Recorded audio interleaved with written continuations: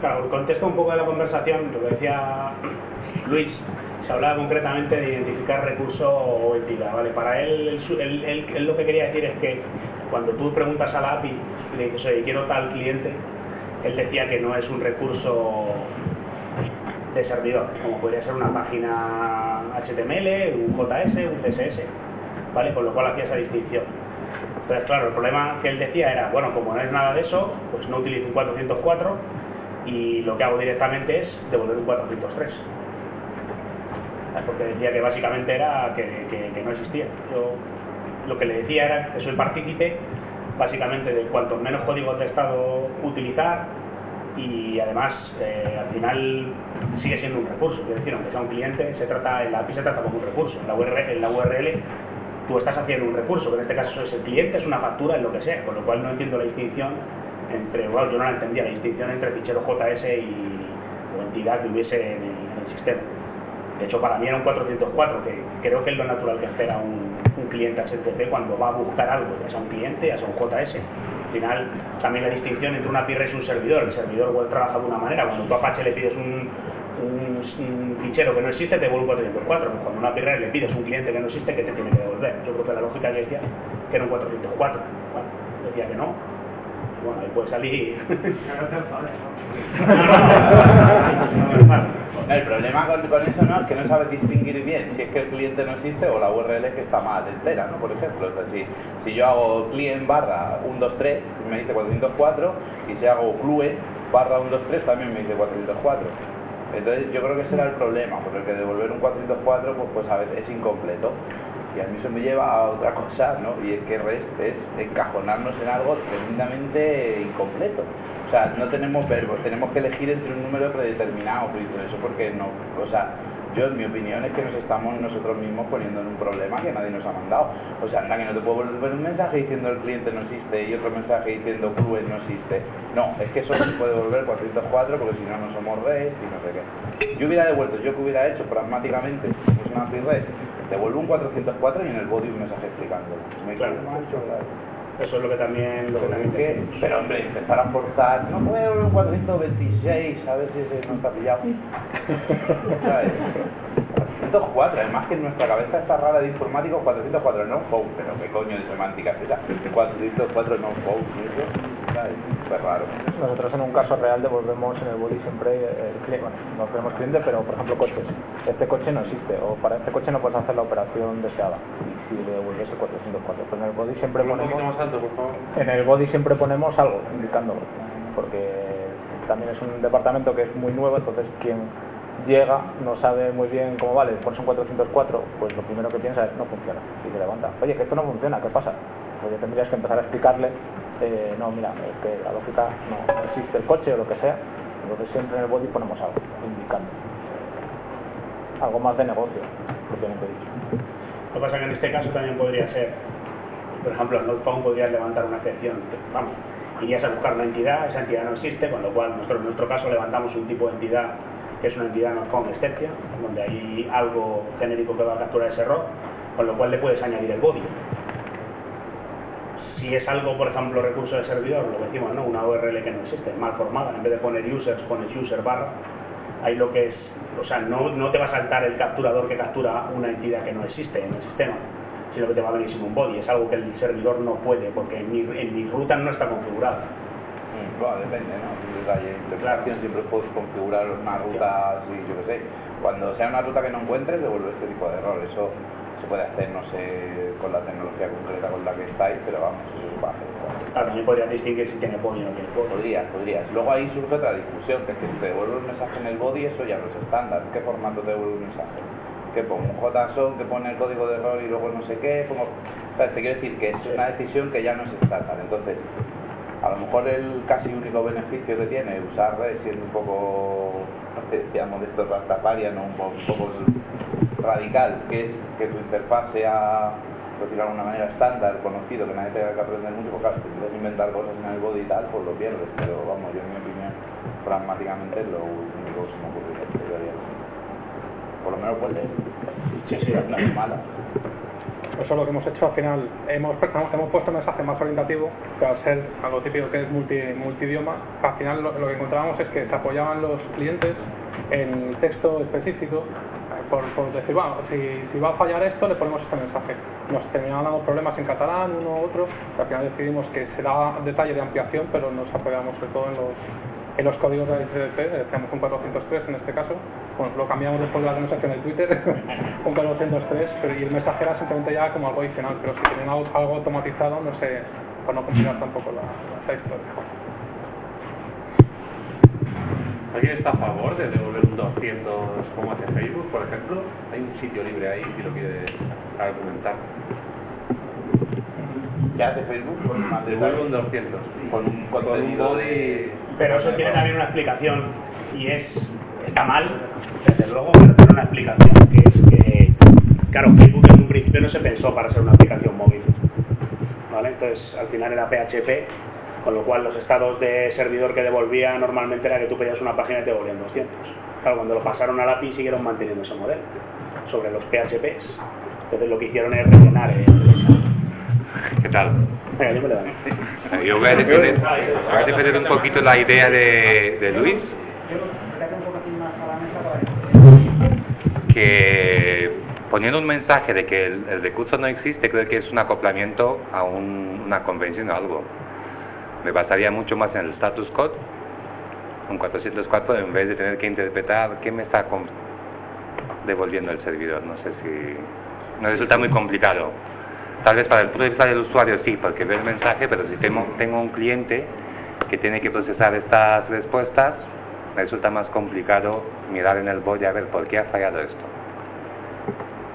Sí, pero en este caso sería un 403, el body como algo adicional, pero realmente él lo automatizaría. Pero realmente si mezclas el 404 y el 403, le estás jodiendo el automatismo a él. Directamente no vas a ver si es un error de parseo de la URL o si es un error de un ID no encontrado. En ambos casos puedes automatizar, solo que con distinto código. Entonces dices 403 cuando la ruta no existe y 404 cuando el recurso que tú quieres no existe. Esto es otra opción, que nos olvidamos de body.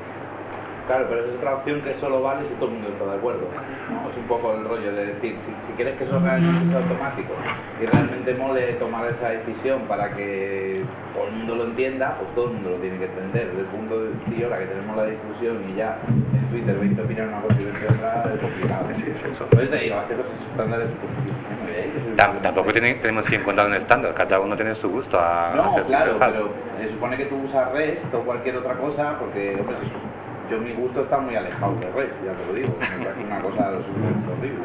Pero si lo haces es precisamente para que la gente pueda descubrir tu API sin tener que, o sea, no sé, como una API swap, que había que desde la documentación. O sea, la gente puede descubrir tu API pues a partir de directamente porque cumples con el estándar, si haces el HTOAS y todo estaba ahí. Pues es un poco la idea. Si no, o sea, es que si no, entonces limitarse a 4 verbos es como un poco...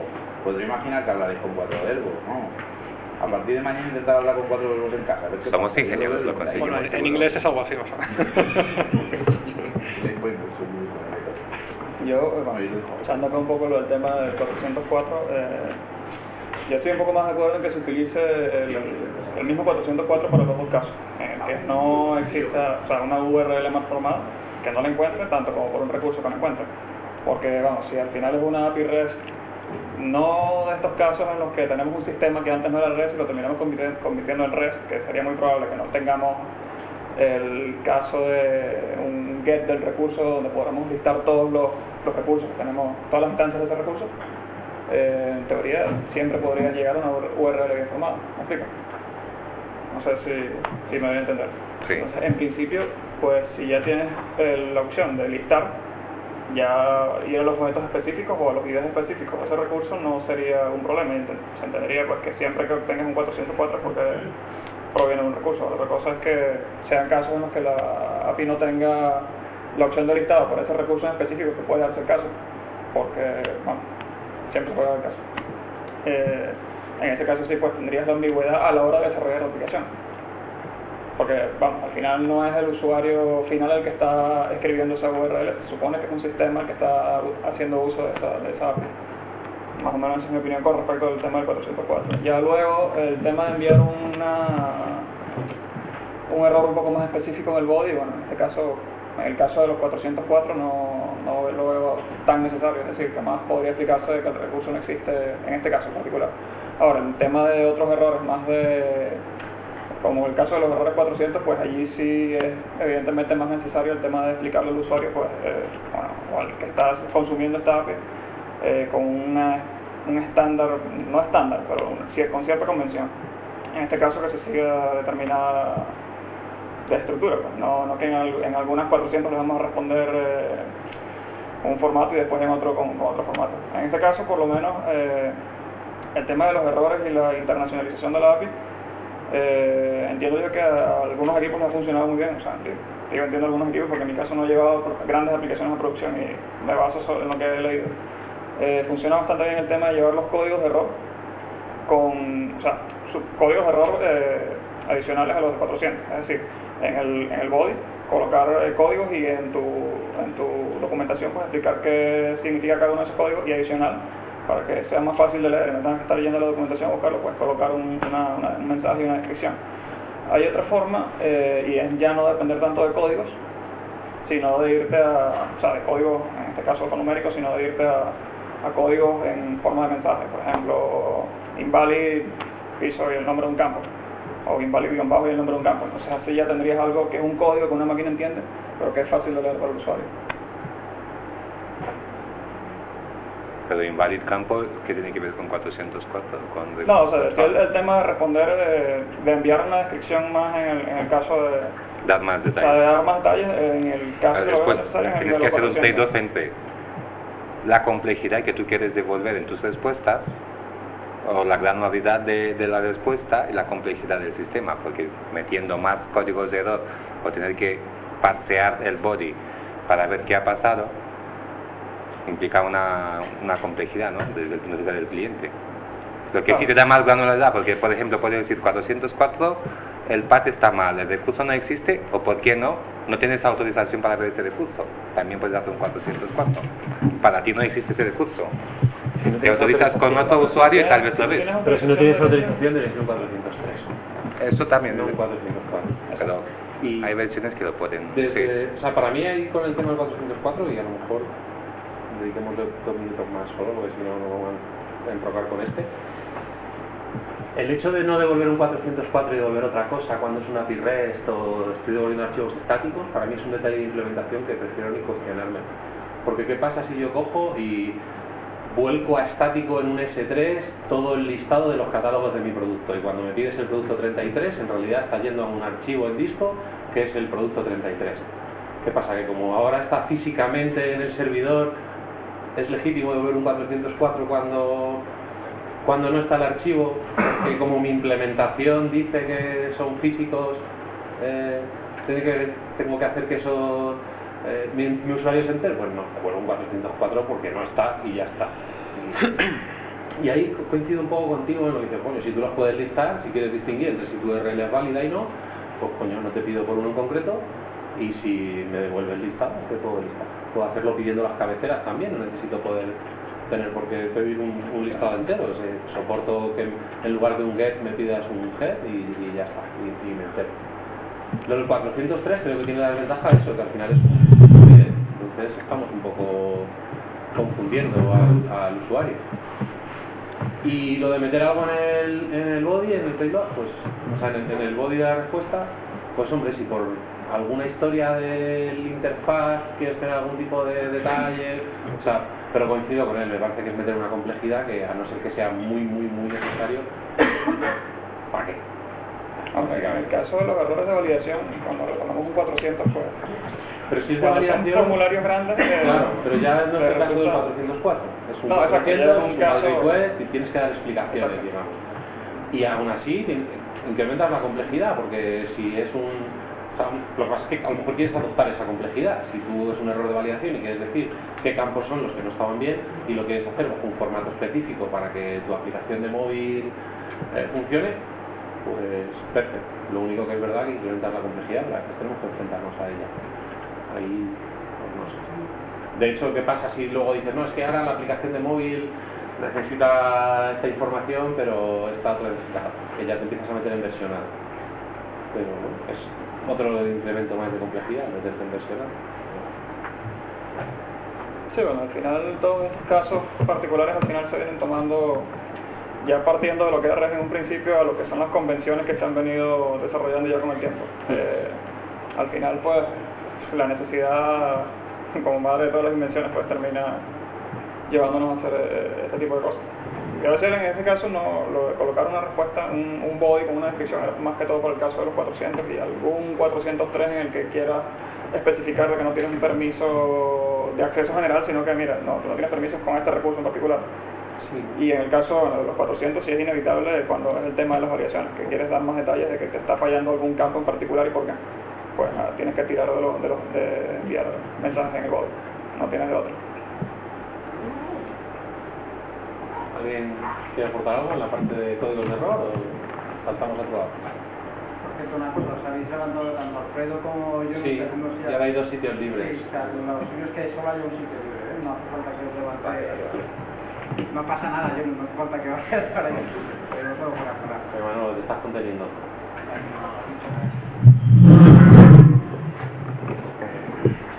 Como para el tema del body, yo sí pondría un body en una respuesta, en un mensaje de error, pero lo pondría de cara a orientación al desarrollo. Si alguien quiere parsear esa respuesta, me refiero por ejemplo en un 404, oye, te estoy retornando un mensaje de error explicándote por qué puede ocurrir esto y te llevo a mi documentación donde te estoy diciendo que efectivamente esto ocurre por tal o por cual cosa. Por ejemplo, si tú ya quieres parsear eso para coger e intentar detectar otras cosas, probablemente tú no estés utilizando correctamente ese API, o sea, como cliente, y después de cara a por ejemplo, lo que comentabas de un bad request, pues un bad request, pues probablemente es que ya sí necesites coger esa respuesta y procesarla, pero en ese caso es que es también parte de tu contrato, ¿no? Probablemente. Entonces, bueno, pues ya sabes que es algo a lo que vas a estar acoplado y que cambiarlo después o tocarlo va a ser problemático. Pero vamos, yo el poner simplemente a lo mejor, oye, yo te estoy retornando los casos de error, y además como no es algo a lo mejor tan fácil de estandarizar, aunque lo parezca, porque el resto lo dice así, retornar, oye, ¿en qué casos yo estoy retornando estos casos de error? De cara a ti como desarrollador, saber cómo usar el API no me parecería mal, vamos. Y además entraría dentro de que en el body hay un enlace a o sea, me parece bastante resto. Bueno, por poner un ejemplo, me ha surgido hoy además. Había una librería de front que se llama JQGrid, que gloriosa, vamos, maravillosa. Que resulta que cuando tú haces una operación que implica hacer o sea, puedes hacer una operación contra que tienes un grid, seleccionas un recurso, entonces imagínate que das al botón de eliminar, entonces eso hace que te levanta el típico pop-up de estás seguro que lo quieres eliminar, y cuando le das a que sí, haces la llamada. Pues resulta que sí, imagínate que alguien por otro lado ha borrado ya ese recurso. Y resulta que cuando quieres eliminarlo, pues te da un 404. Pues la jodida de la librería, si te da un código que sea distinto del 200, le muestra al usuario en el pop-up en rojo el código de error de se ha producido un error 404. Y queda horrible. Ahí haces que queda horrible. Bueno, pues la historia es que a alguien se le había ocurrido decir, pues devuelvo un 200 y le meto en el body un mensaje el mensaje del error.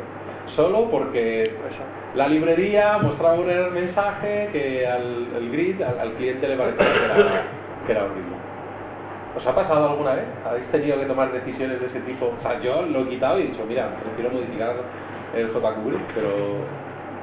O sea, me ha recordado un poco al rollo de Facebook, pero a pequeña escala y yo lo he visto. ¿Qué os ha pasado? No. Demasiadas veces, pero desespero mucho. Seguro que en momentos de desesperación. La diferencia es que tú lo has corregido y yo he pasado al siguiente tema. En otra ocasión he dicho, bueno, ya, el siguiente, venga. Bueno, en realidad no lo he corregido, le he asignado la tarea al de Esto la llevo. la tuya. Pero... ¿Pasamos a otro tema? ¿Os parece? ¿Alguien quiere algo de códigos de...? No. Bueno, en principio, y el tema, bueno, eso ya es más tipo pregunta, ¿cómo lo ven? El tema de, en este caso, cuando se delega más en el backend el tema de que él sea el que determine qué mensaje es el que se va a mostrar de error y tomar en este caso del body, ese mensaje y mostrárselo al usuario. Ahora que mencionas ese ejemplo, recuerdo pues que también hay muchas aplicaciones que funcionan de esa manera, es decir, los errores de validación, los mensajes no son del estilo leo este código que me devuelve el backend en función de eso muestro un mensaje pero que está codificado en el frontend, sino que tomo el mensaje directamente del frontend y lo muestro, que me parece que también es una buena... Tomo el mensaje que me está devolviendo el backend en una estructura de tipo descripción mensaje y ese es el mensaje que yo muestro en este caso en mi frontend, que también sería una buena utilidad en este caso a la hora de enviar mensajes de error un poco más descriptivos, en todo el caso de los 400. Yo distinguiría, ¿no? Yo distinguiría como cliente, hombre, pues volvemos a lo mismo, también sabiendo cómo tengo que manejar ese contrato, esa respuesta, ¿no? Hombre, pues yo como cliente decidiría si es un mensaje o ese tipo de mensaje, normalmente, o ese error, va a ser algo relevante para mi cliente. Por ejemplo, no sé cómo decirte, un bad request obviamente va a ser un error, probablemente va a ser un error relevante para mi cliente. Algo ha rellenado mal, algo ha hecho mal, por ejemplo en el caso de un formulario, ¿no? Ahora, un 500, pues ya veríamos. Es un error en el servidor, se gestiona la aplicación y hay mucho que hacer realmente. La información de la lógica de la aplicación. Claro. Aquí me interesa. Un error de negocio es un error de negocio, lo quiero en el negocio.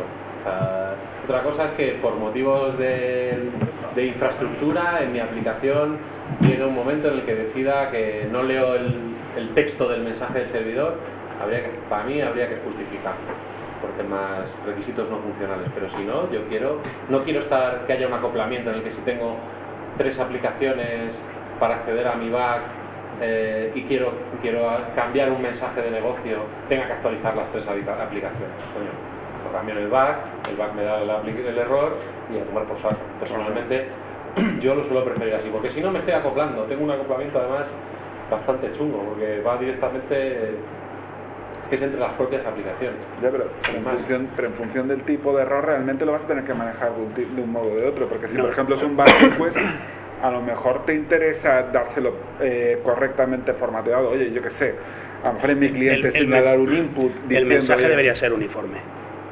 Quiero decir, o sea, lo que tiene que trabajar tu cliente, por ejemplo, yo cómo lo suelo hacer, aparte de añadir, por ejemplo, el status, porque cuando estás trabajando con un cliente, piensas mucho en un cliente, el cliente no puede estar mirando los códigos de error. O sea, al final lo que recibe es un error. Cuanto el error más descriptivo sea, por ejemplo, ahí le suelo poner un code, que es el status, para no tener que analizar la petición ni historias. Igual que para el desarrollador, por ejemplo, añadir por ejemplo, estoy en desarrollo un developer message, que lo puedan leer, un validation errors y un message errors, ¿vale? Para que dependiendo del status code tú haces el parseo. O sea, si son 400 entiendes que vas a tener mensajes de validación porque te pueda venir algo. Es verdad que tienes que llegar, o sea, ya son convenciones, claro, de tu aplicación. O sea, son contratos. Al final, cuando hay intercambio de mensajes, estás estableciendo contratos de intercambio. Sí, entiendo el contrato, las pero... aplicaciones tienen que entenderlo. Sí, entiendo el contrato, o sea, entiendo y lo que estáis diciendo también me parece muy bien. O sea, el problema está tal vez en que, a ver, siendo muy estrictos en red, eso sería devolver un envoltorio sobre la propia respuesta red, ¿no? Entonces a lo mejor no es lo más... Claro, pues yo coincido con Alfredo, pero me dejo también. Me lo dejo para el final.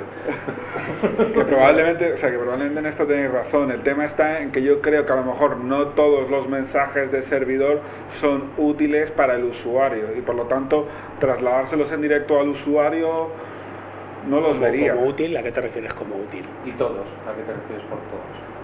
O sea,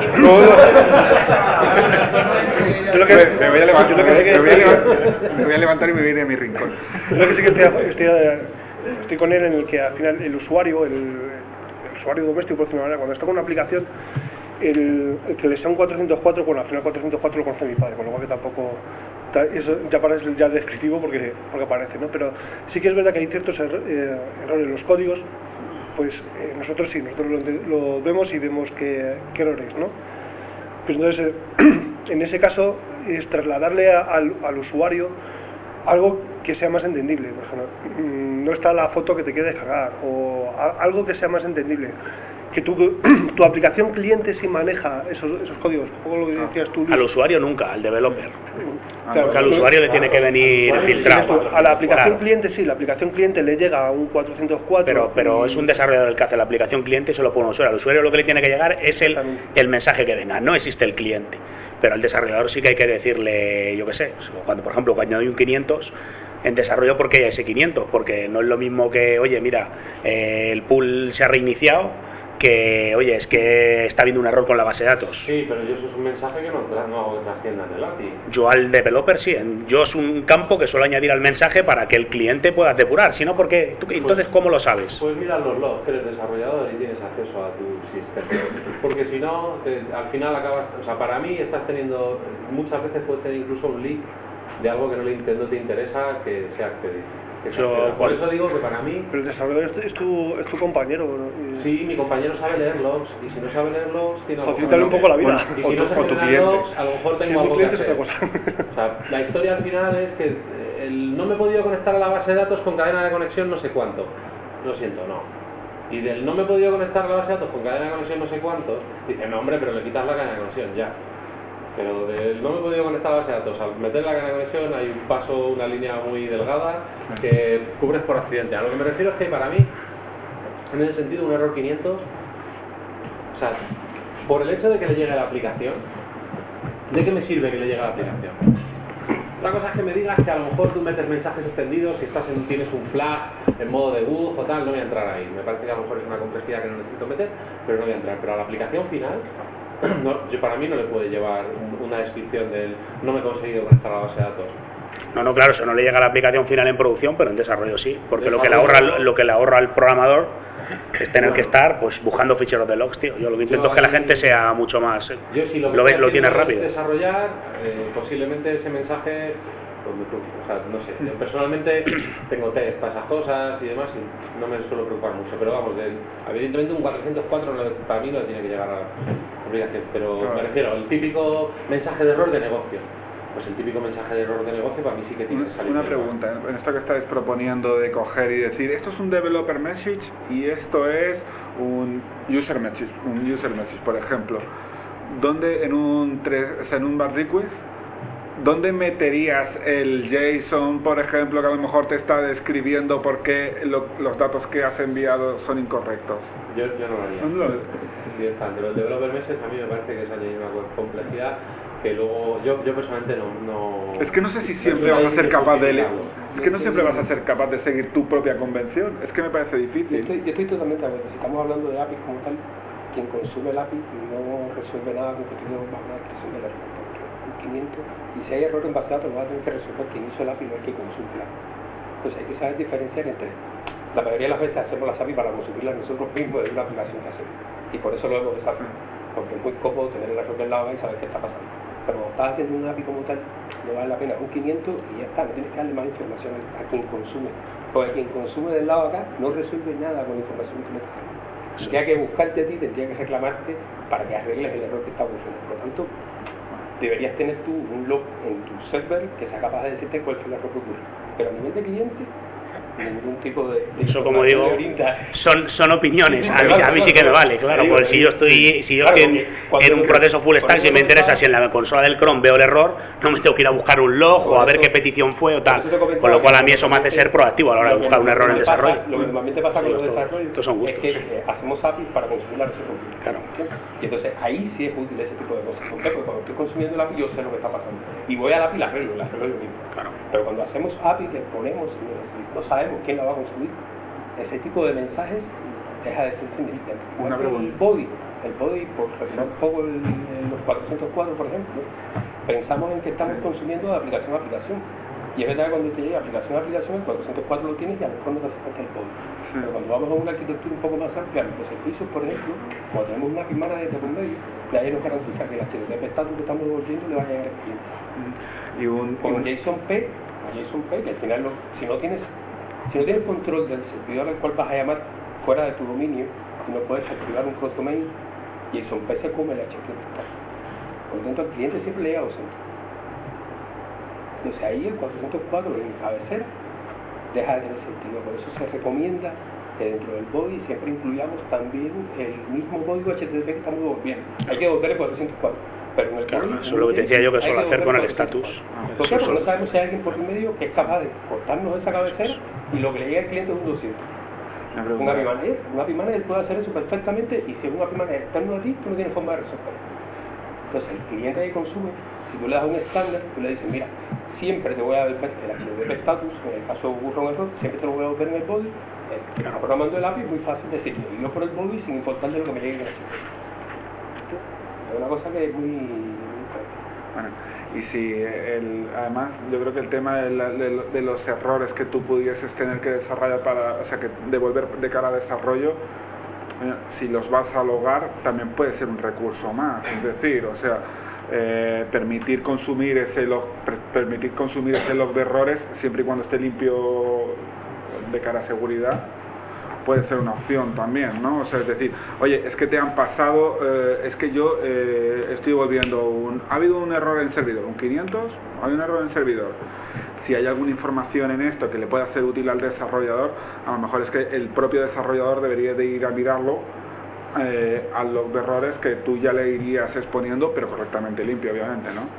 Nunca la cadena de conexión está chunga, ¿sabes? No, ya le digo que eso siempre ocurre cuando nosotros mismos somos los que consumimos la... Claro, es que el tema es... consumir API que te devuelve un 500 y con detalles del error te quedas así como...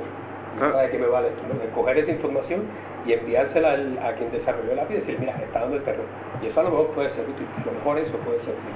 Pero si necesitas esa información, si necesitas que el cliente te envíe esa información a ti, es como a lo mejor... Bueno, claro, sería en un entorno, un API SaaS que la expones para otros clientes que no eres tú.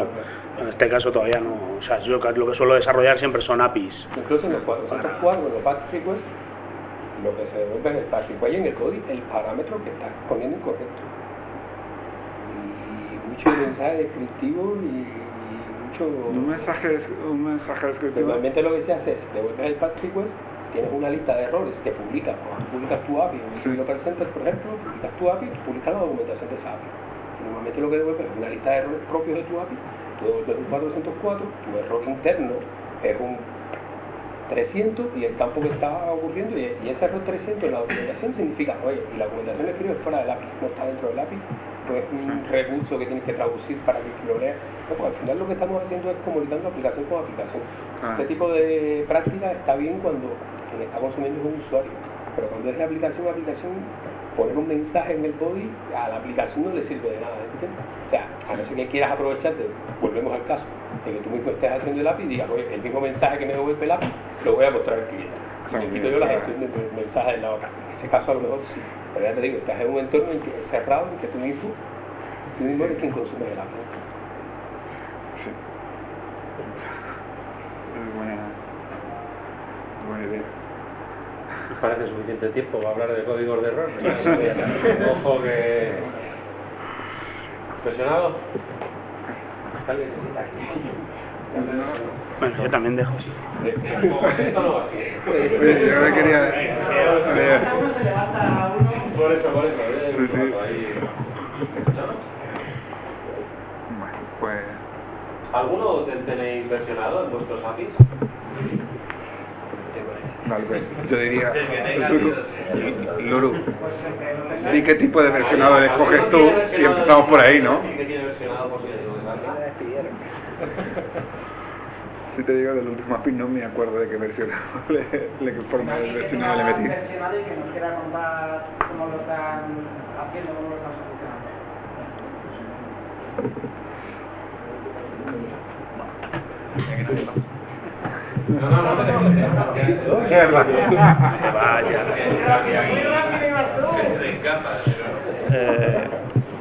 Bueno, el tema del versionado hasta ahora no he llegado a lanzar múltiples versiones y con tanto detalle así, pero sí me gustó mucho una especie de convención que llegué a leer en un momento, que era manejar el tema de las major a nivel de URL y los minor en las propias cabeceras de las respuestas que tú envías a HTTP. De esa manera, claro, cuando hagas un cambio sustancial, en este caso de la API, pues evidentemente haces un cambio de major y ya sería, en vez de /v1, pues sería /v2 y ya seguiría dándole soporte. Ahora, si es son cambios pequeños o cambios en mensajes o cosas que no vayan a destruir completamente la API de este cliente, pues simplemente haces tu actualización y cambias, en este caso, la minor que le estás indicando en una cabecera que envíes de respuesta de la versión en la que esté corriendo tu API en determinado momento. Y me pareció en este caso bastante acertada. De esa manera no cambias la URL cada cambio pequeño que hagas, y te permite pues siempre indicarle a la persona que consume tu API, mira, he hecho un cambio pequeño, a la documentación, y cuando hagas un cambio grande, pues evidentemente si llegas a cortar el soporte de una de las versiones, pues evidentemente ya se enterará cuando le deje de funcionar la API. A mí en tema versionado siempre me preocupan dos cosas. Una es versiones en el mismo código, o sea, APIs distintas separadas totalmente en entornos totalmente para versiones distintas, o mantener versionados en el mismo código dentro del mismo código.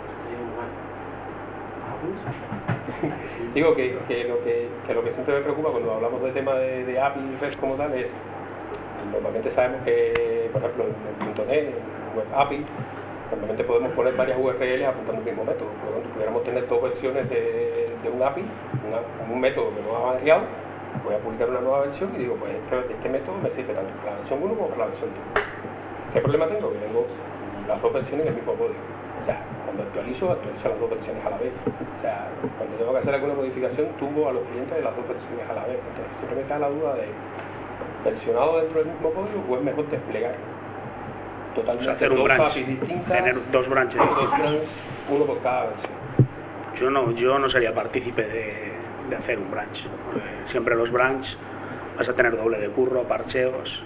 O sea, yo para versionar, lo primero, yo siempre tomo esa de ni minor ni major, es decir, versiono si rompo. Si no rompo, ¿por qué voy a versionar? ¿No? Si lo que es añadir, hombre, no está rompiendo en algún punto luego de tantas cosas que se añaden, pues a lo mejor lo que tienes aquí al final no se parece en nada a lo que tienes aquí en principio, y dejaste un montón de gente sin soporte en el medio. No, pero soporte no vas a dejar nunca, porque si no rompes, no quitas soporte a nadie. O sea, si tú haces una actualización y añades un campo, al cliente no lo rompes. Ya. Siempre que añadas, nunca vas a romper. Lo malo es si quitas o si cambias. Que es lo que pasa con una base de datos, es lo mismo. O sea, versionas una base de datos, puedes tener dos opciones. Claro, si cambias el esquema, o sea, si tú decides borrar, desde luego que vas a romper. Y si añades un campo que pasa a ser requerido en determinado momento, rompes la API. Claro, bueno, en ese caso a lo mejor si fuese... Y no harías no harías si fuese una major por un campo requerido adicional, no lo sé. Ahí se estaría un poquito difusa la cosa. Lo malo que al añadir versionados, pues eso, entre cabeceras y URLs... Entre cabeceras... No pasa nada, entre cabeceras... Si yo venía a darte la razón. Y se va. Maldito sea.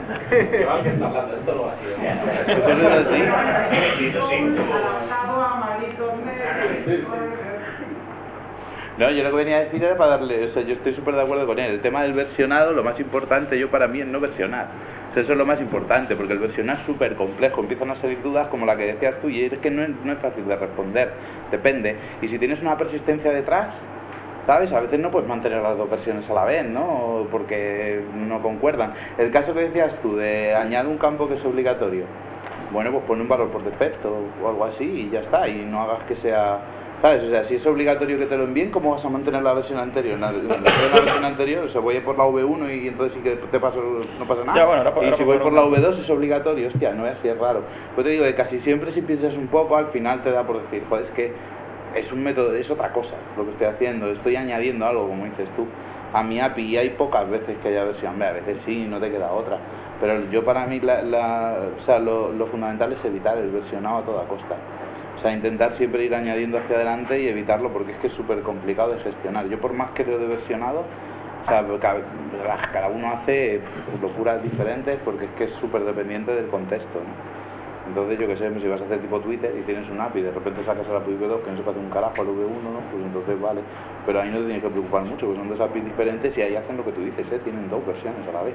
Ni se les ocurre pensar que la misma versión de código va a mantener las dos, ¿sabes? Pero es verdad, a mí esa duda me surge siempre también. De hecho, cuando se publica el versionado de forma diferente, en el momento que tú publicas la segunda versión, la que queda atrás no se toca más. O sea, muere el desarrollo, tú no desarrollas en tu sitio a la vez. Esa muere totalmente, todos los desarrollos pasan a hacer esta versión. De hecho, a esta le da fecha de caducidad. En el momento que publica esta, dice esta dura 30 días. Y a los 30 días, esta desaparece. Le avisas a los clientes y le dices, tienes que mudarte para la nueva versión. Y esta desaparece. 30, 60, 90, un año, no sé, lo que sea. Pero esta desaparece. Se cae un bug de error que los clientes todavía están consumiendo, que los clientes es importante consumir la y sí que resolverlo. Pero normalmente la práctica que se sigue es, mantengo dos versiones, servidores distintos incluso, las actualizaciones las hago sobre la nueva API solamente, la anterior no se tocaba y le doy una fecha de caducidad. Esta API vence, una vez que venza, la retiro y ya me quedo con esta. Y se aconseja incluso no mantener nunca más de dos versiones, porque esa filosofía nunca mantiene la te queda esta, quitas la otra, quitas esta, así como se va. Bueno, pero versionado, si yo sí estoy de acuerdo con versionado, aunque sea añadir funcionalidad. Pues si añades no necesitas versionar, sigue siendo tu mismo API, no ha cambiado nada lo que decías tú. O sea, si añade un método nuevo, un recurso nuevo, perdón, que esto es REST, si añade un recurso nuevo, no hay una versión nueva de mi... Si no rompes nada, en teoría no. Claro, es que esa es la idea, o sea, ¿para qué versionamos? O sea, no versionamos simplemente por poner un número que no tenga ningún significado para que sepas tú, no sé, estoy en este nivel de, no sé, en este punto del desarrollo. Pero en realidad la única utilidad que tiene para el cliente que tenga versiones es saber si va a funcionar o no va a funcionar, si ha roto algo. Si no rompes nada, yo para mí no hay versión nueva. Depende es lo que decías, depende también del entorno. Hombre, sí, ¿no? Por ejemplo, seguro si tú desarrollas nueva funcionalidad y imagínate tú que la estrategia tuya para monetizar el API es cobro por petición. Si desarrollas nueva funcionalidad y al cliente que viene, al nuevo cliente que va a consumir la nueva funcionalidad, que cobra dinero, no quiere que esto se da. Entonces ahí ya empiezas a versionar, ya es que siempre... Claro, no, en esas circunstancias está bueno. Al final muchas de estas convenciones también son conforme vaya surgiendo la necesidad. Es decir, a veces también caemos en el error, podría decir, de hacer una sobreingeniería a lo mejor de una API que va a ser muy sencilla y que nunca vas a hacerle grandes modificaciones. ¿Me explico?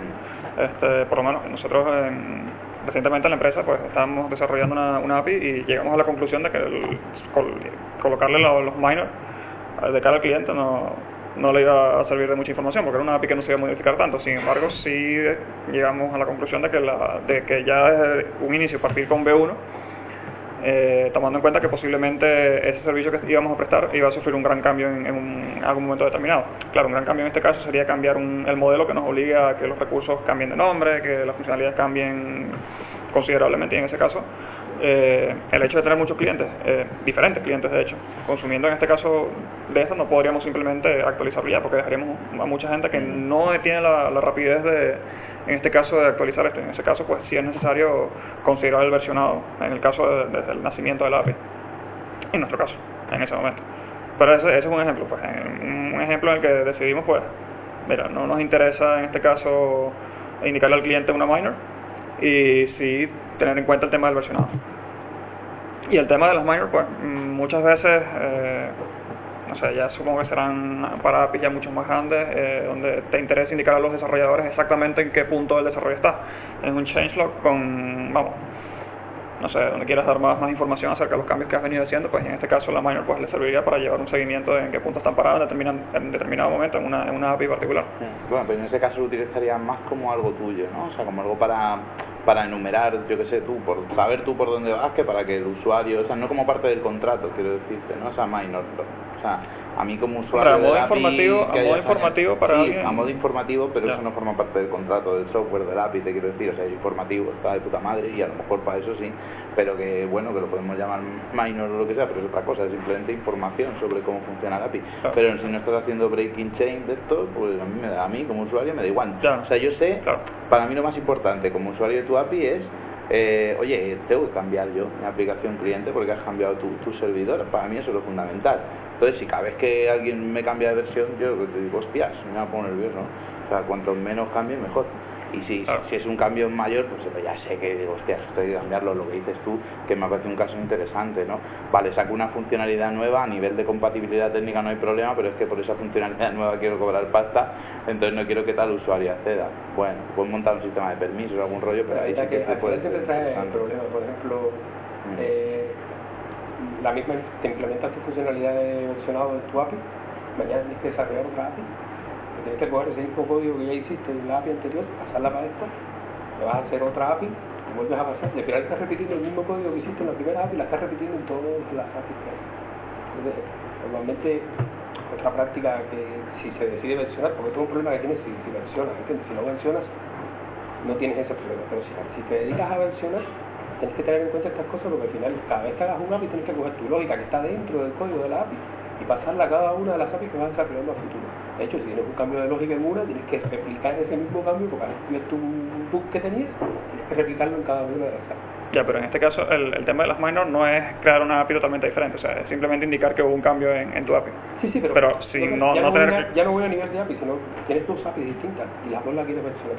¿Qué haces? Esa misma lógica al final en las dos APIs, el versionado tuyo es la misma lógica de las dos APIs. Tienes una tercera API, código de versionado es la misma en la tercera, aunque los números vayan distintos, sino el código que usted pica para versionar es el mismo en las tres. Y si ocurre un error en una de ellas, pues tienes que arreglarlo en las tres. Normalmente los versionados a nivel de API, cuando estás trabajando, por ejemplo, con arquitectura de microservicios, que hay una pieza por delante, que es el API Manager, se saca fuera, tú no versionas. Tú en el API nunca versiona, que versione el API Manager. El API Manager sabe versión 1, versión 2 por las URL, porque el API Manager al final lo que hace es, tú traslate el URL, ahí me llega la petición a la 1.0 y yo sé dónde está la 1.0, eso me dice dónde está la 1.0. Llega a la 1.0 y yo sé dónde está la 2.0.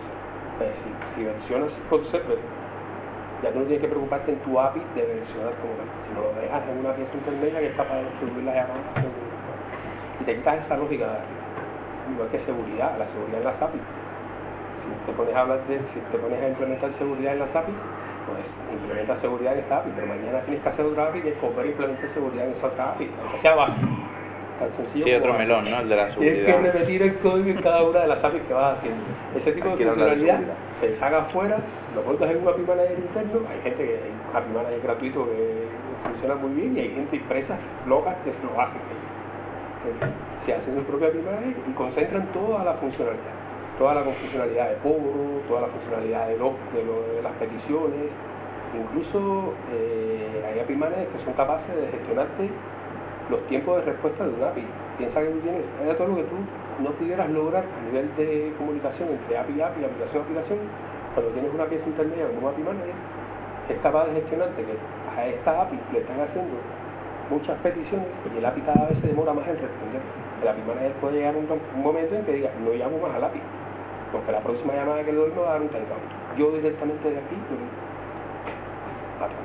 no te desbarato tu API. Por lo menos los clientes que están invocando pueden llegar. Ha abierto un montón de temas así de golpe. Salgo de ahí bien que sí.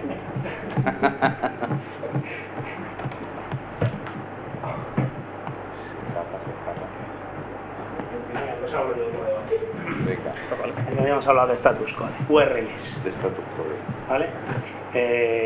Siempre que lees sobre REST, ¿no? Siempre te dicen nunca uses verbos en las URLs, es el demonio, no lo hagáis, intentarlo hacerlo todo con verbos. Y yo digo, vale, estupendo, crear, actualizar, borrar y obtener es totalmente trivial. Pero claro, ¿cómo haces, por ejemplo, cuando tú tienes negocio y además encaja muy bien cuando tienes aplicación? Bueno, es más o menos cómo funciona una aplicación HTML. Tú imaginar que tenéis una aplicación HTML, es una pava HTML normal y tienes una factura y tienes dos botones que sirven para aprobar y rechazar la factura, por ejemplo, podríamos poner, ¿no? Ese rechazar, que al final es lo que sea factura tal, te abre un pop-up que sirve para rechazar esa factura, por ejemplo. Claro, ¿cómo trasladas eso a una API REST? Porque aquí es donde empieza a entrar la gente con vamos a utilizar verbos, vale, pero ¿por qué no puedo utilizar un recurso que sea facturas 1 approve, facturas 1 reject? Además, guía muy bien con cosas como cuando tienes, pues eso lo que digo, comandos de HTML, comandos de URIs y todo este tipo de cosas. En principio las convenciones actuales eso lo permiten, porque tú puedes ejecutar métodos sobre determinados recursos, e incluso sobre determinadas listas. O sea que en teoría eso no está mal visto, siempre y cuando sea algo que no entre dentro de la categoría de actualización. O sea, de un patch que tú vayas a ejecutar sobre un determinado estado o un determinado campo de ese recurso. En ese caso, cuando no entra en eso, dentro de esos casos, tú actualizas en un determinado campo de un recurso, pues puedes definir métodos que se apliquen sobre un recurso, que no son recursos en sí. Te refieres métodos, inventarte tu propio método. Exacto, métodos particulares que estén fuera de los verbos. Para eso precisamente sale o esta Tu propio especie verbo, de... Sí, en este caso, como dice él, un factura /1 /proof. Sería un método que se aplica sobre el recurso. El otro es uno, el factura. coges facturas aprobadas /1, o sea, haces un put o un post, porque si no están aprobadas, pues entonces haces un post de la factura 1 en el facturas aprobadas, de manera que dentro de tu listado de facturas aprobadas ahora está la 1. Coincido contigo, le mete un verbo y le dan por saco. Sí, pero hay mucha gente que defiende eso. Claro, dices tú, facturas 1 /proof y con qué sería, con un get, con un put, con un post, en realidad un poco igual, ¿no? Un get no parece. Con tu O propio un post, verbo. sí, porque es indespotente. Te creas un verbo y lo llamas a proof. dos veces, ¿no? Claro, lo que pasa es que normalmente tú no deberías utilizar un método get que vaya a modificarte el estado de tu recurso. Sí, ya en lo este sé. caso lo más ideal, Pero- lo que se suele utilizar es un método post. Que ejecute un... Madre mía, un post ahí 1 /proof. Ya, sí, es que es súper raro. Te creas A mí es lo un me verbo gusta, que sea ¿no? proof. Tomar por saco. Un verbo, dice. de Claro, eso, tuyo propio, ¿qué te lo Bueno, impide? No, sí, no ¿Qué te tendría impide que crear estar tus viendo propios lo otro. verbos? Si está viendo ya lo otro, ¿qué más da? No te impide ¿Ah? nadie. Qué radicales, tío.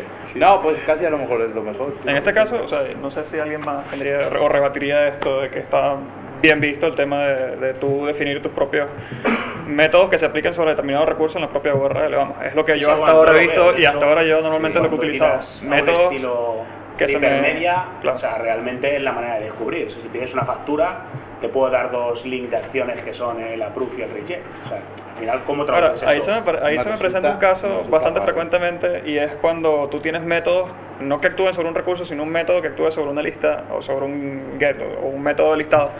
Que es que, claro, si tu recurso tu identificador no es un número, sino que es un nombre, entras en el caso que pueden haber colisiones entre los nombres, entre el nombre de tu método y el nombre de los recursos. Que eso sí es algo que, o sea, todavía no ha llegado a una solución tan sencilla Con un como... custom ver lo has resuelto. Bueno. Luego raro de explicar, pero sí es una opción. Nada, nosotros siempre nos pasan cosas parecidas. Yo hace muy poco estaba haciendo una API y tal es una aplicación para gestionar ambulancias y rutas que tienen que hacer las ambulancias. Hay un concepto dentro de la API que es la ruta y hay una operación sobre la ruta que es optimizar la ruta para que vaya por el camino más corto posible. Pues ya estamos, ¿y eso qué es? ¿No? ¿Qué le pongo? ¿optimice? ¿No? Ruta optimice, ¿sabes? O sea, si estuviera programando, yo no tendría ningún problema en que la clase ruta tuviera un método optimizar, que no tengo problema para dar esa respuesta. Claro, ya en REST ya tengo más, ¿no? A lo mejor se me ocurre la locura de Modesto y me voy optimizada si hago un post que me va de espectacular. La del custom verb, otra que también te la marinera, y optimice. Y encima me está modificando la propia ruta, porque la optimiza, claro, cambia el orden en el que hay que recoger a las señoras y toda la historia. Entonces, dices tú, qué feo. Estamos que hice un post a optimice y me quedé tan ancho, ¿no? Pero, ¿sabes? No sé, también yo creo que ahí es muy importante diferenciar el objetivo del API, que a veces hacemos una API REST y nos va la cabeza. No es lo mismo hacer una API REST para ponerlo hacia afuera. Entonces sí que tienes que ser muy cuidadoso con las convenciones y tal, porque le va a ahorrar tiempo a la gente que lo use, y otra cosa es cuando es para ti, ¿sabes?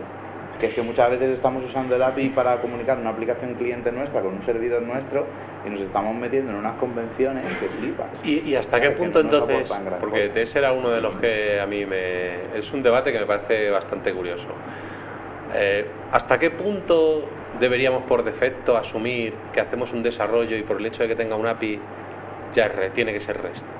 O sea, quiero decir, es algo que es para mí, es una aplicación de negocio que es para mí, que voy a consumir solo yo, y voy y le meto un REST. Pero luego ese REST es curioso, porque llego en mi implementación por dentro y acabo teniendo un bus de mensajes, que es un bus de comandos, al que le envío un comando, que no deja de ser un mensaje, que cuando me llega mi entrada a mi endpoint, tengo al final 20 endpoints, vamos a suponer, porque tengo 20 comandos distintos y tengo 20 endpoints con sus correspondientes 20 palos listados y demás, pero todo eso luego por dentro de mi aplicación se acaba traduciendo en un comando. El comando listar no sé qué, el comando optimizar ruta, el comando no sé qué. Leche, pues me creo un endpoint que es ejecútame el comando, me mandas el JSON del comando y a tomar por saco. O sea, no me estoy posicionando, solo digo, ¿por qué por defecto tengo que asumir que tengo que hacer REST porque REST se hace? ¿Alguien se cuestiona? O sea, ¿alguno de vosotros se cuestiona cuando va a hacer una API y dice, ¿lo voy a hacer REST esta vez o tal vez no lo necesite? ¿O asumimos que siempre es REST? Claro, también cuál es la alternativa. Yo mi opinión de por qué se usa REST es porque SOAP es una mierda de complicado, básicamente. Y porque el tooling nos ayuda. El tooling es guapísimo. O sea, no, digo el tooling de REST. Tenemos un tooling que nos ayuda. Sí, porque es fácil. O sea, yo no creo que REST, yo sinceramente creo que la mayoría de gente usa REST por el motivo equivocado. O sea, la gente usa, no por el motivo equivocado, bueno, sí. Porque la gente usa REST pensando, o sea, la idea original de REST es muy guay porque proporciona una API uniforme, bla, bla, bla. No, la gente lo usa porque es HTTP más JSON, que es más fácil. Eso es en el 99%, bueno, muy pasado, en un alto porcentaje de los casos. Y hay un pequeño porcentaje de casos de gente que sí que usa REST verdaderamente porque le proporciona ese API estandarizado, que es lo que le mola. Pero yo, en mi opinión, cuando veo por ahí que la gente usa REST, en la mayoría de los casos es porque HTTP más JSON es más fácil que XML. Eso API este tinglera que montaron, que era un sin Dios. Que además se documenta bien.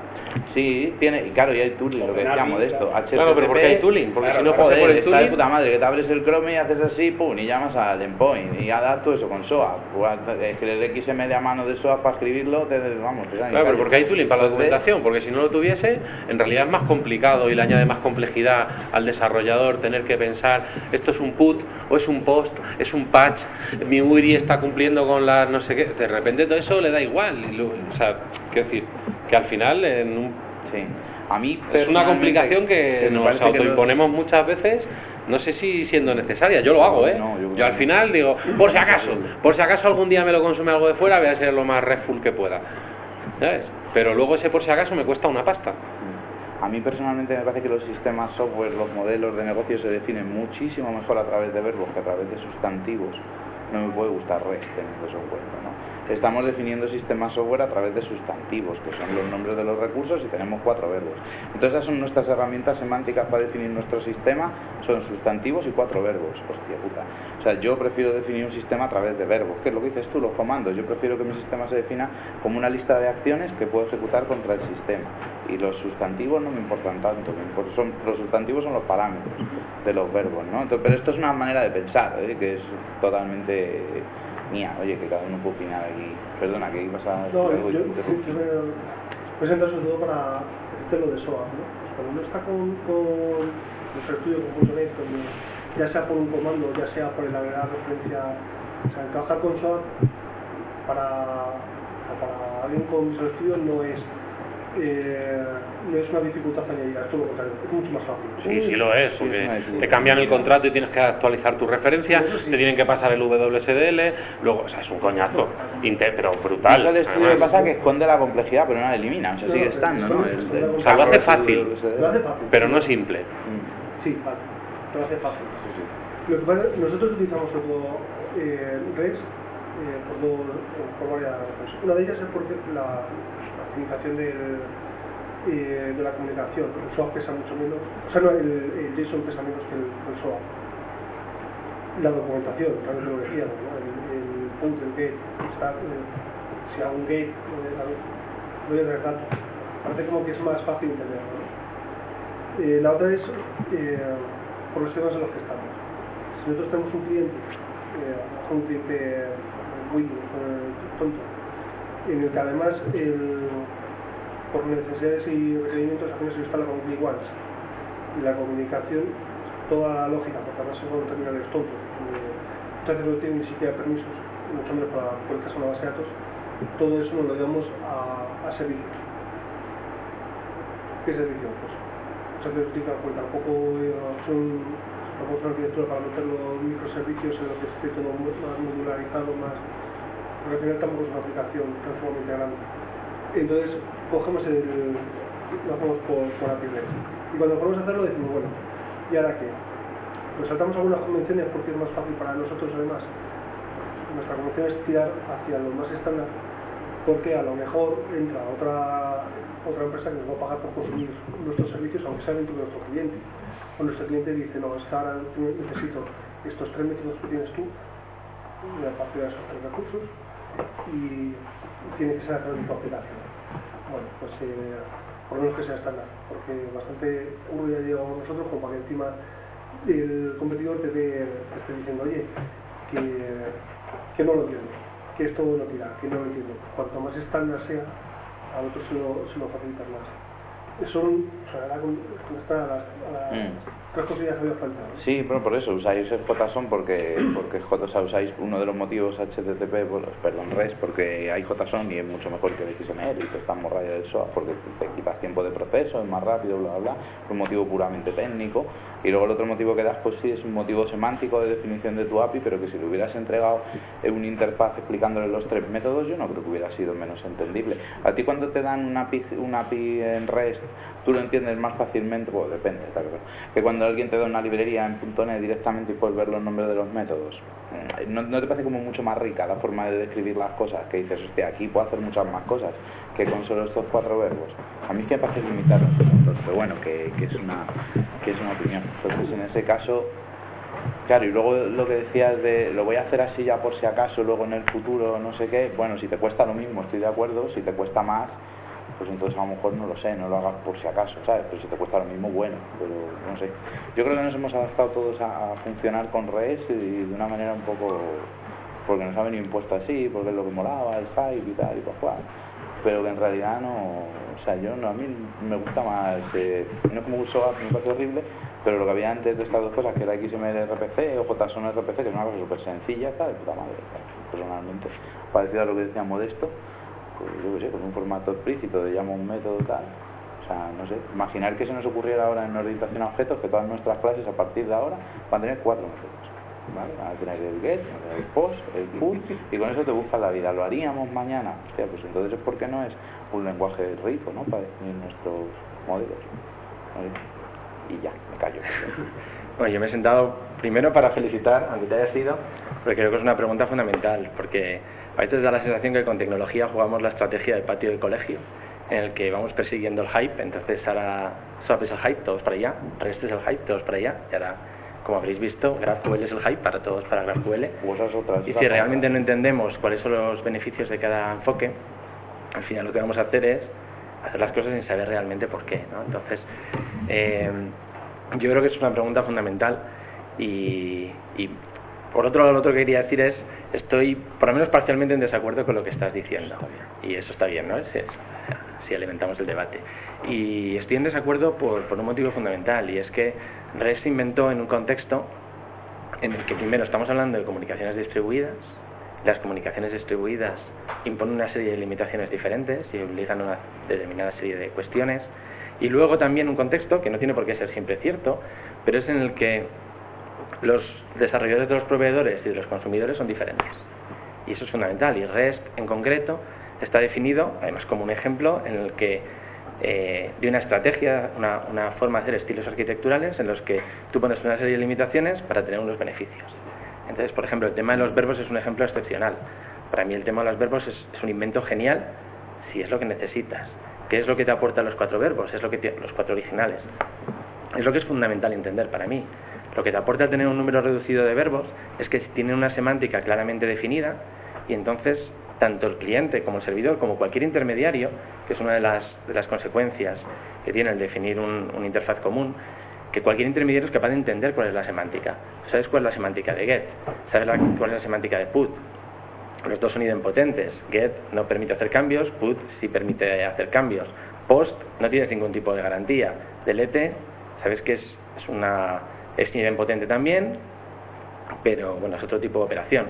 Tiene una semántica muy claramente definida, y a raíz de tener esa semántica muy claramente definida, tanto los clientes como cualquiera de los intermediarios pueden hacer una serie pueden sacar una serie de consecuencias, de consecuencias, de decisiones, como por ejemplo, puedo reenviar esto sin ni siquiera decírselo al cliente, puedo hacer caching de esta respuesta, a lo que añadimos las cabeceras que se añadieron con HTTP 1.1, puedo ser incluso mucho más listo a la hora de esas cabeceras. Entonces, para mí lo importante, sobre todo teniendo en cuenta que estamos hablando de de sistemas distribuidos es que el imponerte una serie de restricciones frente a ir a un modelo tipo RPC en el que no tienes restricciones, todo es más fácil entre comillas, más fácil de crear, pero en el mundo de los sistemas distribuidos el más fácil también significa que luego no tienes consecuencias positivas de las limitaciones que te has puesto, ¿no? Que es justo lo que pretende conseguir REST. Entonces yo creo que digo parcialmente en desacuerdo contigo porque por otro lado hay veces que esas consecuencias positivas no te valen nada, ¿no? A lo mejor es un sistema distribuido pero los desarrolladores de las APIs de los clientes son exactamente los mismos y resulta que sabes que no va a haber sistemas intermedios porque estás en la misma red.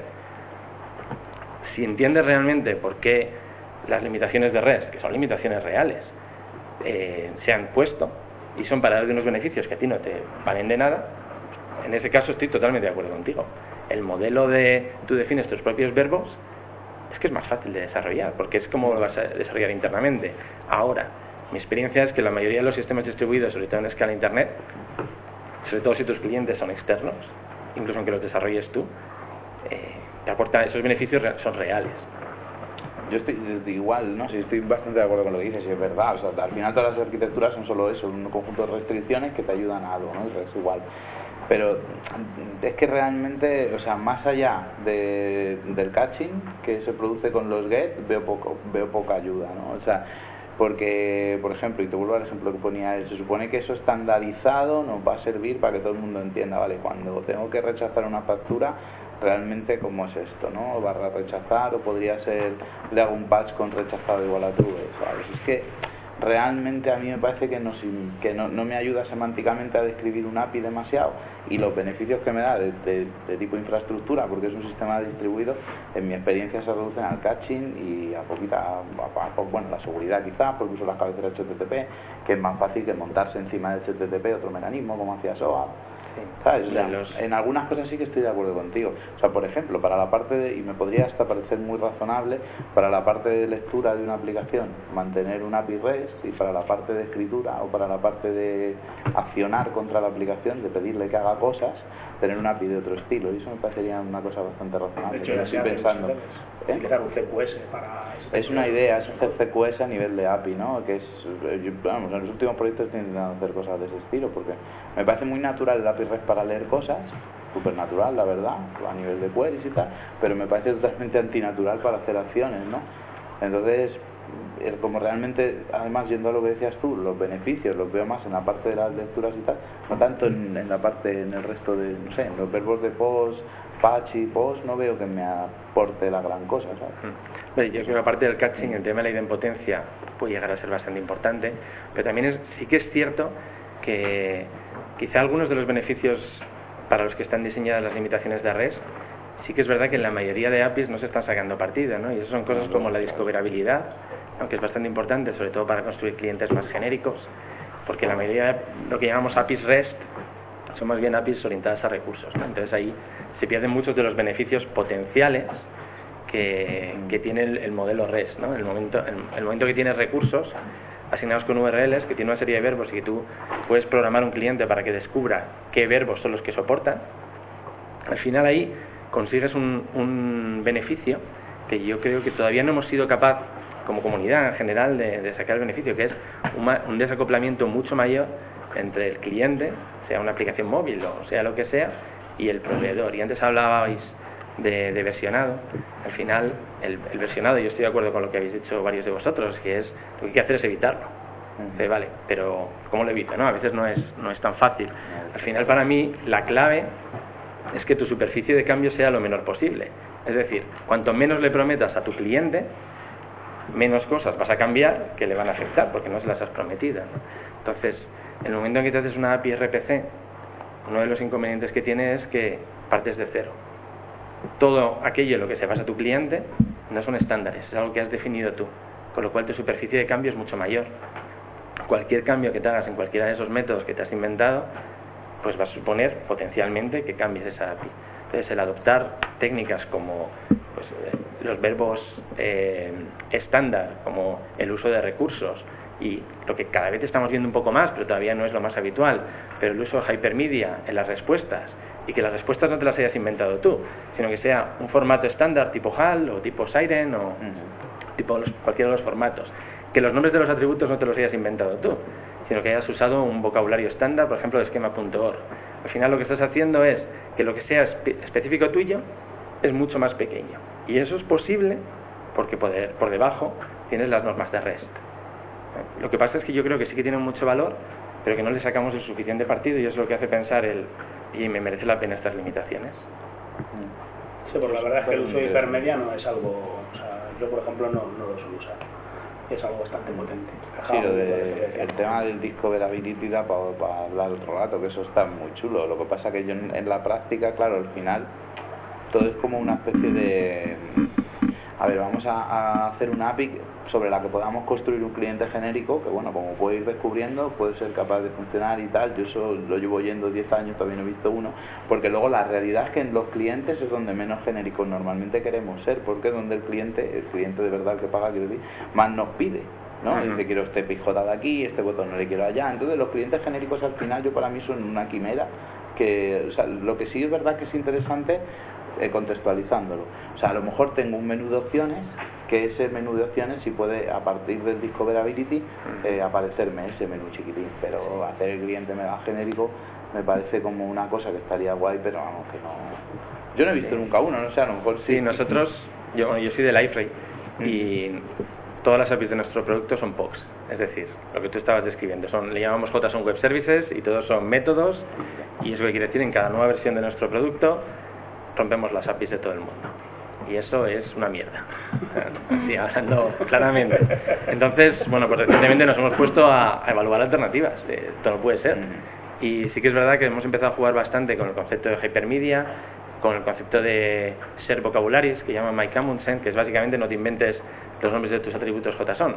Sí, hay un montón de estándares ahí fuera, y bueno, todavía no puedo decir que tenemos un producto que tenga eso, pero la verdad es que nos estamos quedando muy sorprendidos no con la posibilidad de hacer clientes genéricos, porque como dices tú, el cliente genérico no existe, pero la cantidad de reutilización que podemos llegar a hacer, que tiene pinta que vamos a poder llegar a hacer, para ser más exactos, reconozco que nos está sorprendiendo mucho. Ahí también un poco, bueno, que claro, depende tanto de los escenarios, quizás por el tipo de producto vuestro. Liferay es un producto o sea, para construir cosas, no es una cosa bastante genérica ya de por sí, entonces quizás os encaje muy bien.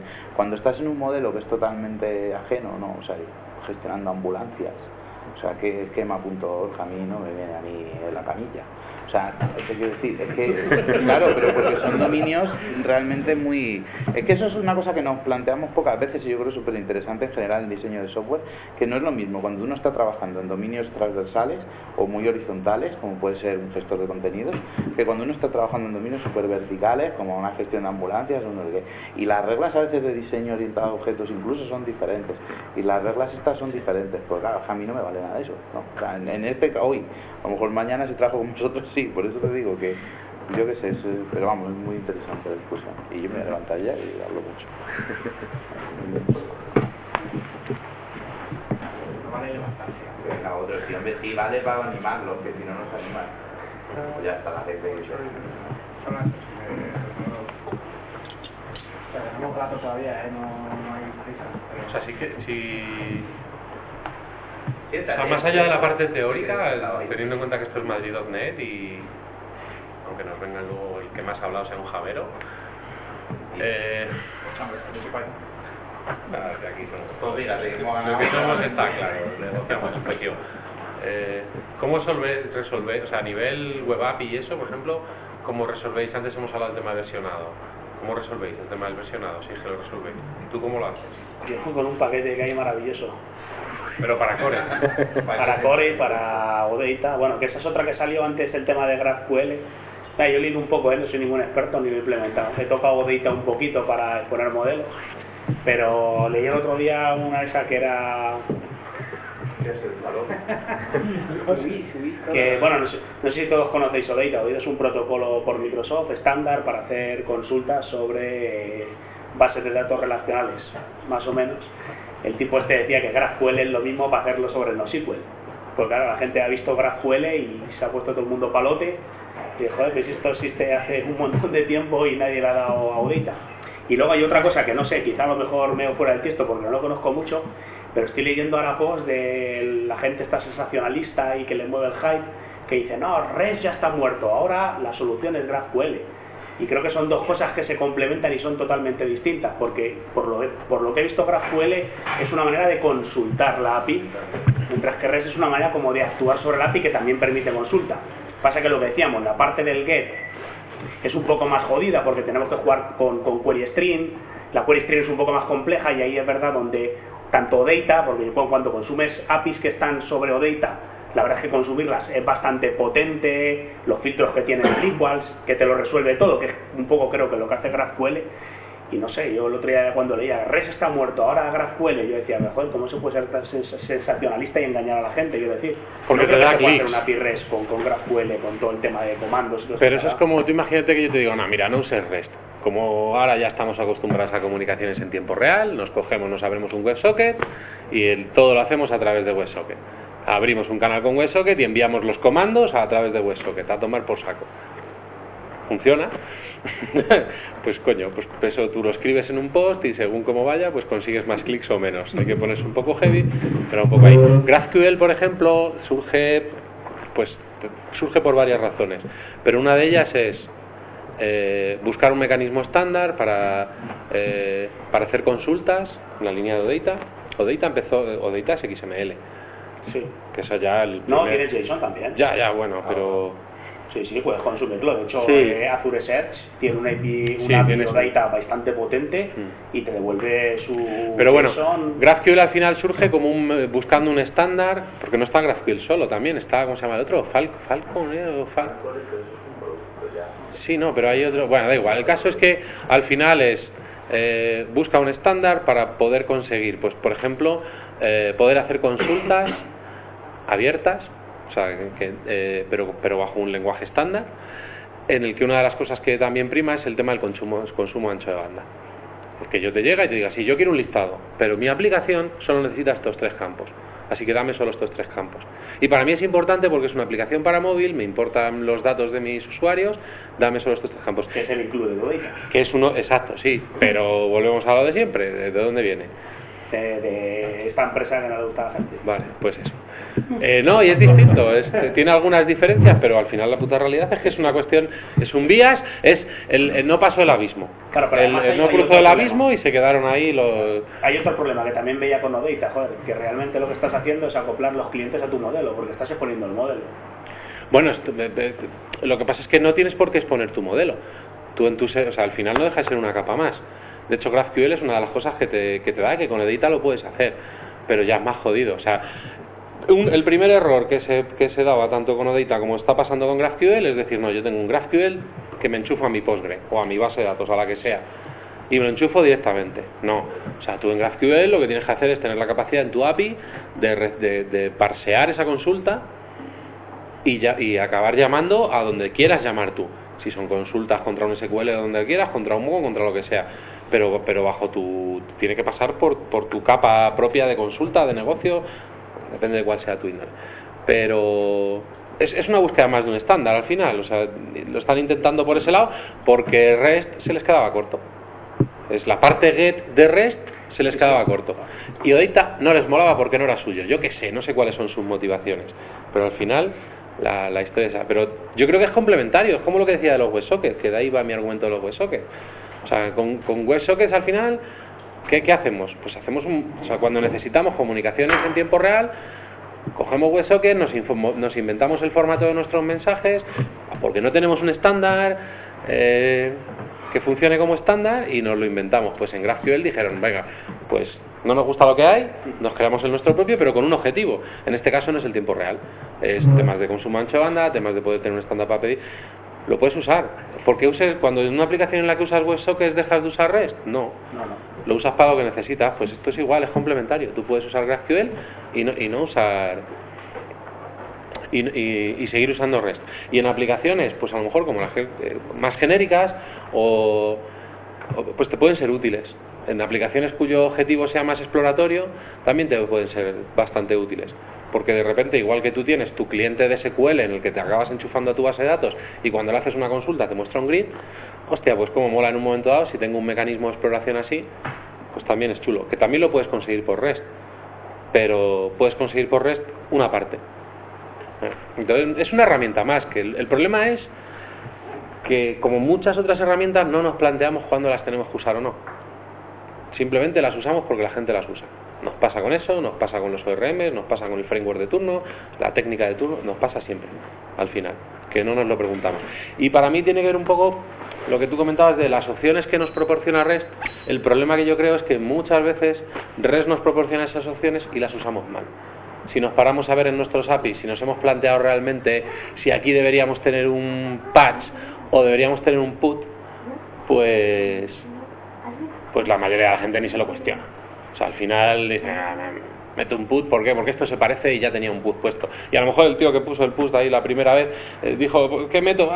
No lo sé, pero suelo poner, me voy a ver esta web que a mí me gusta, ¿cómo lo hace? Venga, me voy a las herramientas, pues usa un put.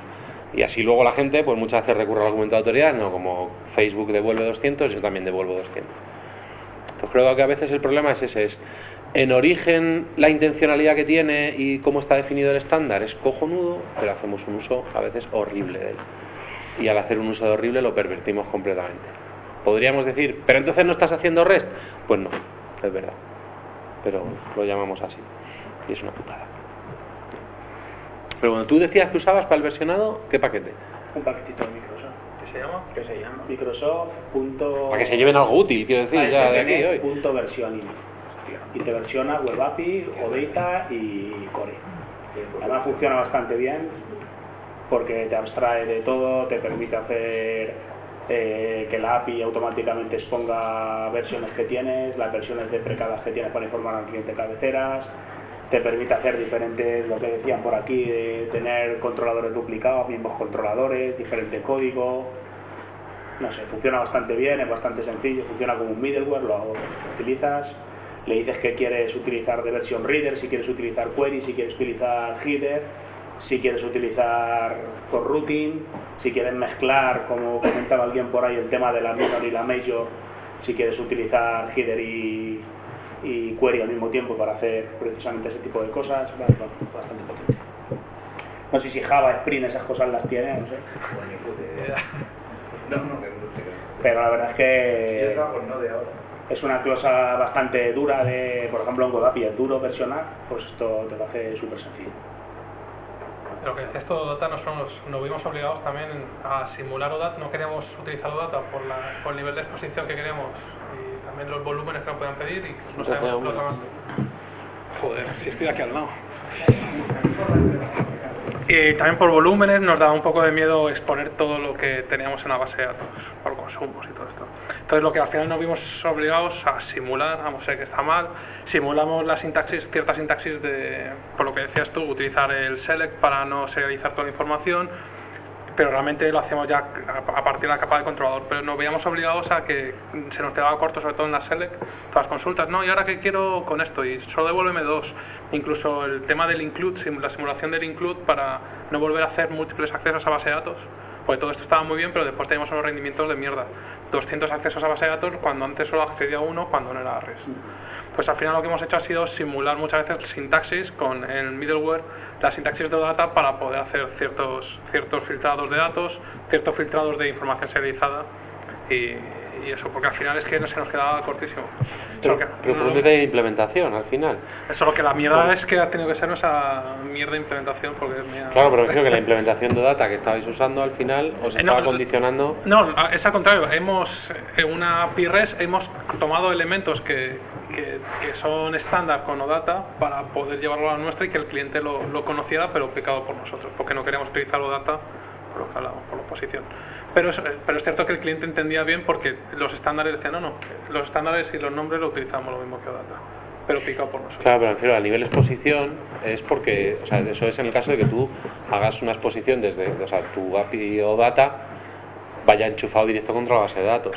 Justo, sí. Si tú recibes directamente, o sea, si tú te creas un endpoint o data compliant, lo que hagamos meter un modelo intermedio, pero el curro de simular data en ese modelo intermedio y aún así no quitaba que no teníamos control sobre el volumen de información que nos pedían, si hacían queries infiltrados, cosas de ese estilo. Entonces tiramos por ahí, por la de en medio, pero seguramente fuese mejor la otra. Pero que al final el hecho es que nos quedábamos cortísimos.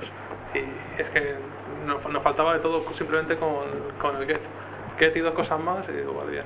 Y ahora la realidad es que tengo 300 métodos, bueno, 300, tengo 3000 métodos de get, distintos cada uno y no, devuelvo a todos los mismos, o sea, a todos los clientes lo mismo porque no tengo manera de filtrarlo.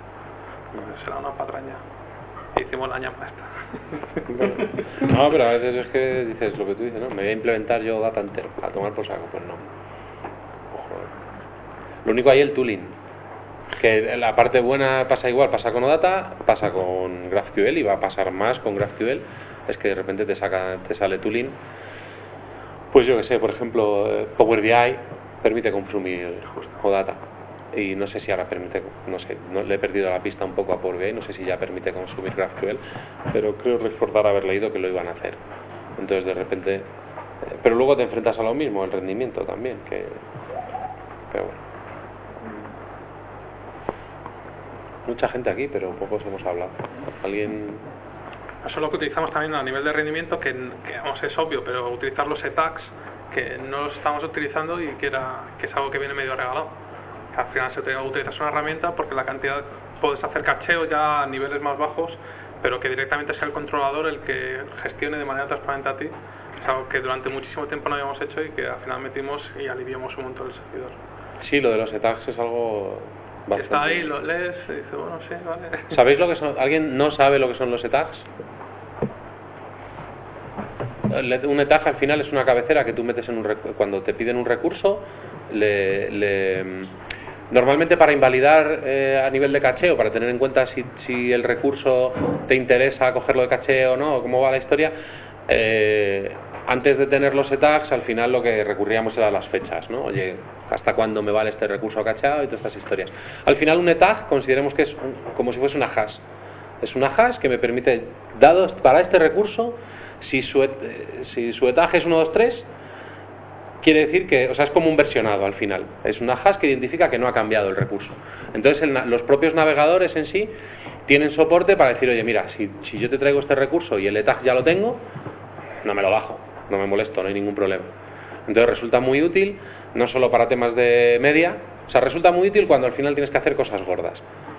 Cuando tienes que hacer cosas que requieren mucho procesamiento, pues básicamente puedes limitarte a que el cliente lo primero que haga sea consultar la cabecera, mira el ETAG, y si el ETAG ya lo tiene, dice, pues tengo mi caché, no hay ningún problema. Y te ahorras, o sea, es una línea, es un mecanismo de caché, te ahorras muchísimas peticiones. Nosotros en Gran Hermano lo usamos y el rendimiento mejoró mogollón, por ejemplo. Y es una chorrada como los ETAGs, sí, mejor. Cuando se depilaban las ingles y eso, las visitas entraban mucho mejor. Pero ya lo tienes cacheado. Ahora ya lo tienes cacheado. Es perpetuo. Exacto. No, pero resulta bastante útil jugando con los ETAGs. Entonces tú puedes directamente en una petición decirle cuál es el ETAG que corresponde. Y bueno, luego tienes muchos mecanismos, o sea, pero tú incluso, igual que en un controlador le dices, oye, devuelve este código de error, o sea, este código de respuesta, perdón, tú puedes decirle, y con este ETAG también puedes. Entonces resulta bastante útil. Pero bueno, eso es HTTP, no tiene nada que ver con REST al final. Lo puedes usar también para imágenes, para los JPEGs y las cosas de estas. Para eso tampoco. ¿Alguien tiene alguna inquietud sobre algo relacionado evidentemente con este tema que así abiertamente quiera comentar? Y a lo mejor alguno de los que están por aquí. Autenticación, seguridad. Porque con data no. Bueno, ¿qué hora es? ¿Cuánto nos queda? Están ya las fichas aquí, de hecho, son las 9:20. ¿Cómo ya? Simplemente actualizaciones en batch. Dentro de Red nunca he visto que te diesen una forma así muy concreta de hacerlo. O sea, realmente como que está todo esto, o todos los ejemplos, digamos, que encontrarás siempre, están hechos para que tú hagas una actualización elemento a elemento. No, pero como tú tienes la URI del recurso, o sea, no del recurso individual, sino como cuando haces de la colección, gracias, pues tú puedes hacerlo al final contra la colección y puedes hacer un patch contra una colección o un... Puedes, he dicho que puedes. Pero es un batch. ¿Patch o patch? Un patch contra la colección. Con P, ¿no? Sí, sí, pero además así. Los atributos de la colección son los elementos, pues te mando un patch a la colección, yo lo veo retorcido. Y la pregunta no es retorcida, ¿no? Claro, pero tú haces, si lo haces en batch, al final normalmente suele ir, o sea, tú al final lo haces contra una colección de elementos. A lo mejor es una colección filtrada, no hay problema, la filtras, esa sería la otra. ¿Cómo filtras? Con query string. ¿Cómo? O sea, no, claro, pero al final tú lo puedes utilizar, puedes recurrir a la URL de la colección, pero no con un get. Yo lo que veo es que al final yo le dije a mi cliente, oye, bueno, pues te voy a coger y te voy a hacer que me actualices elemento a elemento, pues es una liada, No, por eso, pero un batch de qué, porque tú no es contra algo que tú filtras, o sea, no es, o sea, sino contra 10.000 elementos por ID, ¿te refieres? Por ejemplo. 10.000 elementos por ID, a tomar por... Una burrada, y ese es el punto en el que yo se me he planteado. Estoy intentando hacer una burrada, me estoy saltando la arquitectura que directamente he definido. ¿Es algo que se debería de poder hacer? ¿Y por qué no me endpoint para hacer batch? Quiero decir, por ejemplo, no sé, vamos, yo cuando he tenido que hacer integraciones, por ejemplo, con Salesforce, no mando 50.000 updates, lo que me pone es un endpoint que se llama batch, donde o bien le subes un CSV o algo y hay un proceso en batch que hace la actualización, porque ponerlo a actualizar en un proceso casi llamada síncrona, 50.000, 100.000, 200.000 elementos. Claro. Y yo creo que por donde vas tú es porque eso es una opción de que puede haber, ¿no? Que cada vez que te encontrarás por una distinta, porque no hay un estándar para eso, y digo, pues es que, a ver, es que la que es por tu delete, vas, no la mía, pero no se puede. En este pendiente del VC me parece que hay una opción de coger y enviarle básicamente una agrupación, digamos, de peticiones en un JSON. Claro, solo hicieron una actualización para OData, pero realmente lo que hace es que lo que dices tú, le mandas por decirlo, le mandas como una agrupación de peticiones, que internamente cuando las coge lo que hace realmente dentro es ir enrutándolas a cada controlador, pero no sigue siendo lo mismo. ¿Sabes? Quiero decir, es algo sobre lo que tienes que esperar a tener una respuesta, no hay algo que te diga, toma, este es un identificador, pregúntame y te voy diciendo cómo está el estado, no, hasta que nos hagan esas 20.000 peticiones tú no vas a tener la respuesta. Con lo cual, para un batch pequeñito, pues oye, un grid donde toca 5 clientes y dices, cambio este dato, vale. Pero un batch, ¿sabes? 50.000, 60.000, 70.000 elementos. Claro, pero al fin y al cabo, de todas maneras, creo que vais a responder con un detalle de implementación, por ejemplo, es decir, pues un CSV y ya lo procesaré, por ejemplo, porque puede ser muy costoso, porque puede ser lo que quieras, ¿no? Y al fin y al cabo me parece un detalle de implementación. O sea, si yo te envío una colección de elementos a actualizar con un JSON a actualizar una colección. Eso es otro detalle de implementación. Sí, en cierto modo sí, o sea, pero bueno, entiendo yo que es lo que más encajaría. Tú ya después por detrás puedes coger y efectivamente procesarlo como tú bien veas, ¿no? Oye, mira, pues me almaceno el... Pero es lo mismo. Ya lo iré procesando... Al final es lo mismo. O sea, que decir, has elegido un formato de mensaje que vas a procesar después en la manera en la que te venga el pairo. Pero me rechina de las discusiones de red siempre eso es lo que más encajaría, lo que más parece que... Claro, pero yo por eso... O sea, siempre estamos con el rollo de esto parece que encaja así, esto encaja mejor el pose y te vas como mucho mejor. No, es que no encajaba de ninguna manera. O sea, y eso que tú dices, pues que no encaja. Claro, pero puedes buscar el que quieras, pero entonces está mal. Entonces, o haces lo que dice Modesto y le metes el gusto verde, ya sabes que... O te lo pasas a un barra y te buscas la vida y lo documentas en el API, porque es que estamos usando una arquitectura que la restricción está bien para algunas cosas, pero para otras cosas es que no son fáciles y es humano. Sinceramente le metería un verbo customizado, que yo no me complicaría ni lo más Por eso, que te pongan así fácil. Bulk o batch o lo que tú quieras, escríbemelo en la URL, me da igual, ¿sabes? Ah, sí, batch en la URL, no un verbo de un HTTP verb, o sea, no... Pónmelo ahí, venga. Hombre, yo ahí también te digo, o sea, sí, yo ahí también cuando hablamos de batch al principio te había entendido no por el lado de te tengo que decir los IDs de los 50.000, sino que lo que hago es, te digo, oye, mira, pues de este resultado de búsqueda, o sea, que responda a un criterio de búsqueda, que responda a un criterio de filtrado. De manera que tú no me estás diciendo qué 50.000 IDs son, sino que me estás diciendo es localiza los recursos que corresponden a este criterio de filtrado y ejecútame esta acción. Sí, no es actualízame las rutas que se hayan creado en la última media hora. Exacto, no es eso, es actualízame estas 50.000 rutas. Exactamente, que bueno, me parece simplemente que es algo que realmente no encaja y todavía no he visto el ejemplo de... Sí, mira, yo tuve uno muy fácil que estábamos viendo el otro día, o sea, para lo mismo, resulta que tenemos que hacer lo típico, hay un sistema viejuno que estamos migrando a otro moderno, nos hablaba de ambulancias, pues están por ahí guardados en una base de datos, las ambulancias que hay disponibles, no hay muchas, hay unas 300, 400, y hay un proceso nocturno que coge las 300 y las envía a través, y las mete al sistema nuevo a través de la API REST. Entonces estaría bien haber tenido un método que le pasa las 300 y total, esos 300 no es nada, eso.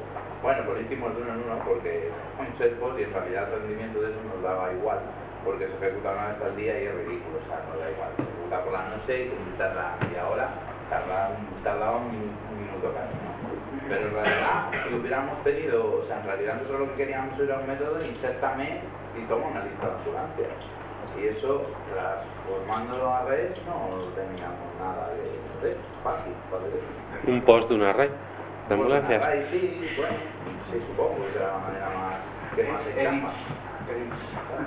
No, digo, que más encaja, tú lo has dicho. Claro, yo creo que más encaja, por una red unificada. Esto a lo mejor tiene que ver con lo que los recursos por el micro. Vale.